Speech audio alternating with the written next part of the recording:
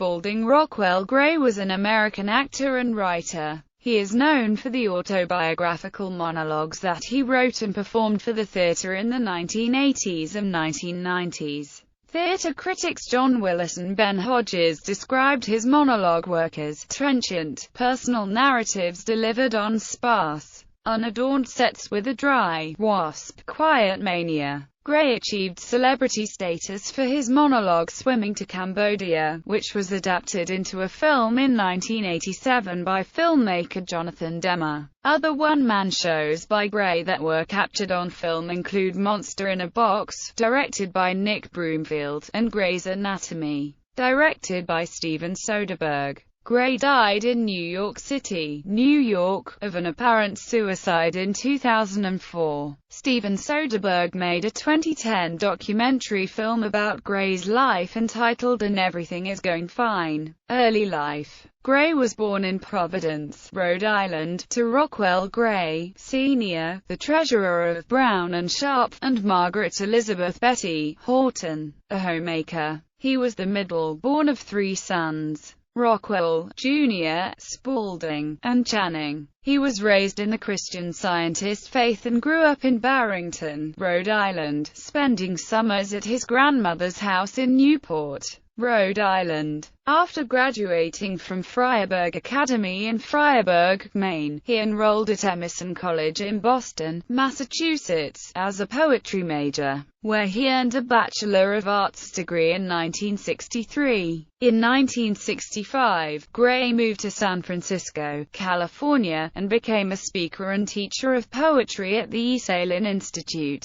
In 1967, while Gray was vacationing in Mexico City, his mother committed suicide at age 52. After his mother's death, Gray moved away from the West Coast and permanently settled in New York City. Gray's books Impossible Vacation and Sex and Death to the Age 14 are largely based on his childhood and early adulthood career. He began his theater career in New York in late 1960s. In 1970, he joined Richard Schechner's experimental troupe, the Performance Group, with actors from the Performance Group, including Willem Dafoe and Elizabeth LeCompte. Gray helped to co-found the theater company the Wooster Group from 1975 to 1980 before leaving the company to focus on his own monologue work. Apparently his only featured role, Gray first achieved prominence in the United States with his monologue Swimming to Cambodia, which he wrote in 1985 and was adapted into a film in 1987. This work was based particularly on his experience in a small role in the 1984 film The Killing Fields, which was filmed principally in Thailand. For his monologue, he was awarded a Guggenheim Fellowship and the National Book Award in 1985. He continued to produce monologues until his death. His success with his monologues led to various supporting movie roles, and he also played the lead role of the stage manager in a high-profile revival of Thornton Wilder's play Our Town by the Lincoln Center Theater in 1988. In 1992, Gray published his only novel, Impossible Vacation. The novel is strongly based upon Gray's own life experiences, including his Christian Scientist upbringing, his WASP background, and his mother's suicide.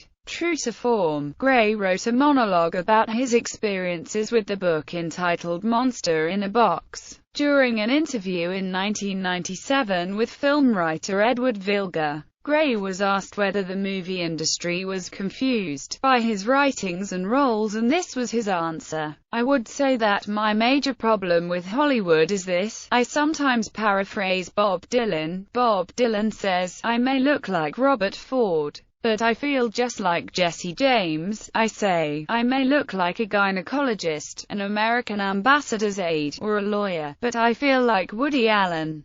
My insides are not what my outsides are. I'm not who I appear to be. I appear to be a WASP Brahmin, but I'm really a sort of neurotic, perverse New York Jew." When I was performing 1 year ago at this time in Israel, a review came out in Hebrew about Monster in a Box, and it read, "Spalding Gray is funny, sometimes hilarious, Wonderfully neurotic for a non-Jew. Only the Jews can say something like wonderfully neurotic. Legacy theater historian Don Wilmeth noted Gray's contribution to a unique style of writing and acting. The 1980s saw the rise of the autobiographical monologue, its leading practitioner Spalding Gray, the wasp from Rhode Island who portrays himself as an innocent abroad in a crazy contemporary world.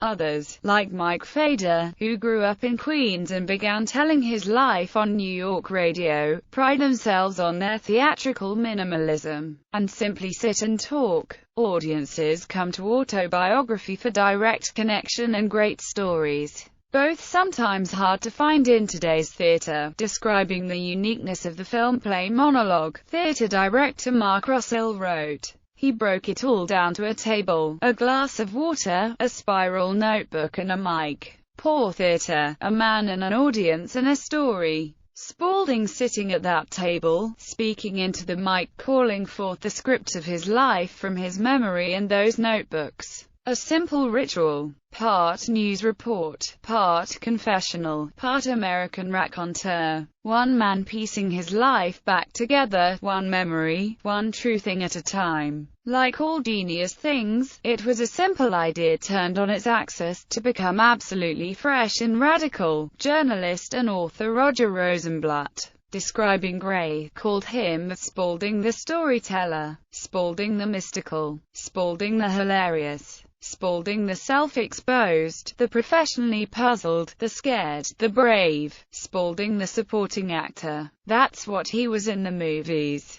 But as a writer and a stage performer, he changed the idea of what a supporting actor is. He supported us. He played our part. We tacitly elect a few to be the chief tellers of our tales. Spalding was one of the elected. The specialty of his storytelling was the search for a sorrow that could be alchemized into a myth. He went for the misery sufficiently deep to create a story that makes us laugh. In so doing, he invented a form, a very rare thing among artists. Some called it the epic monologue, because first it was spoken and then it was written, like the old epics, and because it consisted of great and important themes drawn from the hero's life, and the one true heroic element in his makeup was the willingness to be open, rapidly open, about his confusions, his frailties. Director Jonathan Demme said of Gray, Spalding's unfailing ability to ignite universal emotions and laughter in all of us while gloriously wallowing in his own exquisite uniqueness will remain forever one of the great joys of American performance and literature. He took the anarchy and illogic of life and molded it into something we could grab a hold of, said actor and novelist Eric Bogosian. It took courage to do what Spalding did, courage to make theater so naked and unadorned,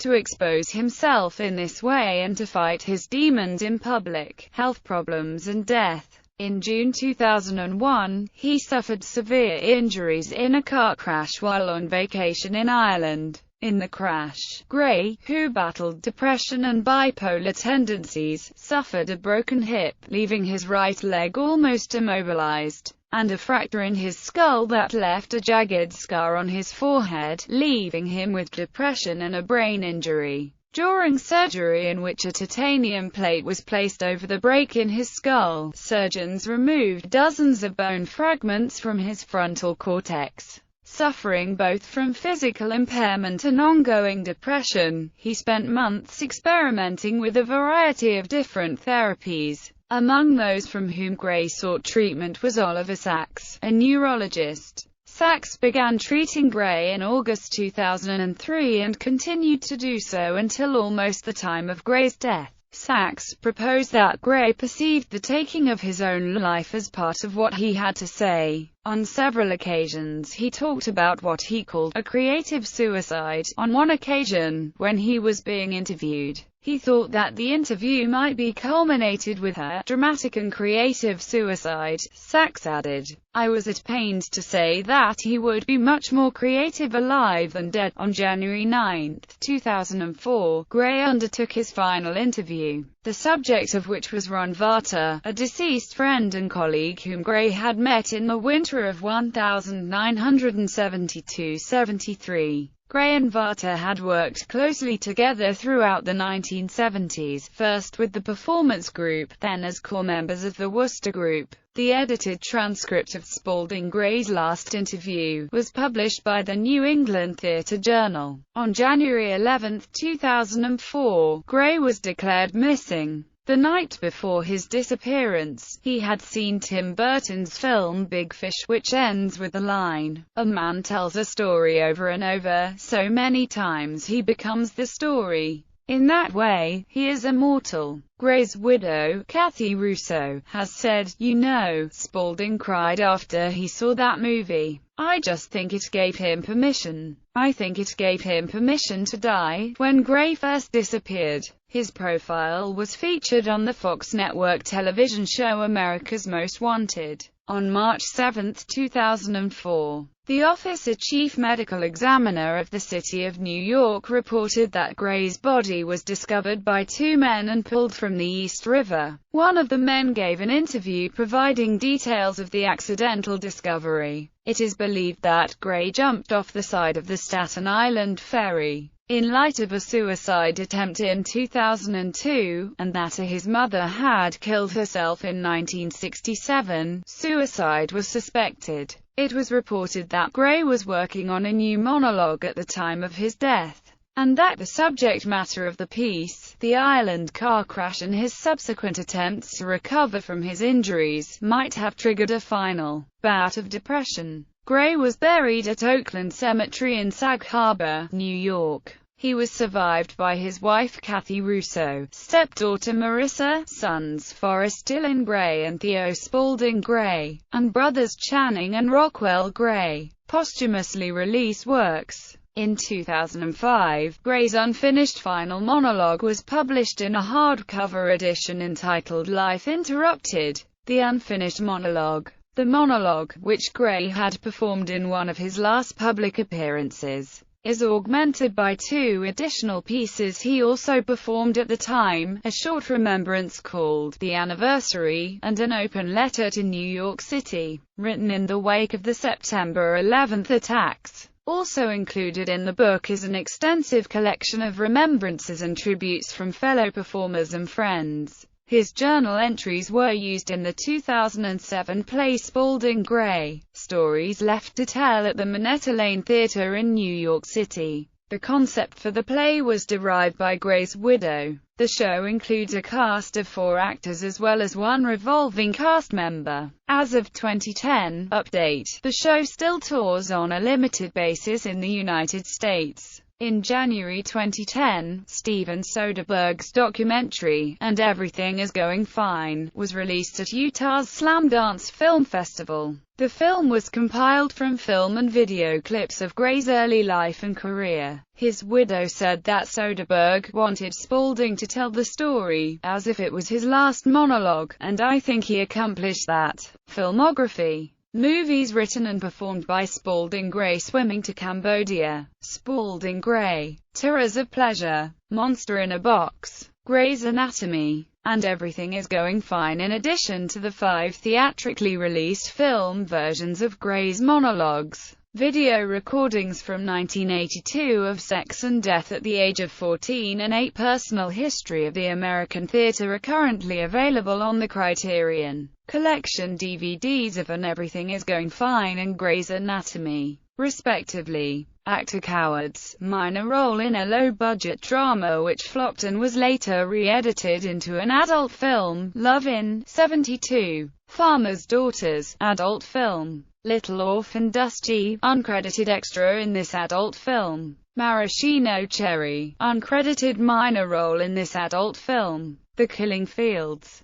Hard Choices. The Communists Are Comfortable. Almost You. 7 Minutes in Heaven. True Stories. Beaches. Stars and Bars. Clara's Heart. Heavy Petting. The Image. To Save a Child. Straight Talk. King of the Hill. Zelda. 20 Bucks. The Pickle. The Paper. Beyond Rangoon. Bad Company. Drunks. Glory Days. Buckminster Fuller. Thinking Out Loud. Diabolic. Bliss. Coming Soon. The Best Man. Revolution number 9. Julie Johnson. How High. Kate and Leopold. The Papier-Mâché Chase. And Everything Is Going Fine. Television Saturday Night Live. Spencer. For Hire. Trying Times. The Nanny. The Mike O'Malley Show. Will and Grace. Bibliography. Swimming to Cambodia. Monologue. The Nothing Issue. Sex and Death to the Age 14, a collection of 6 early monologues.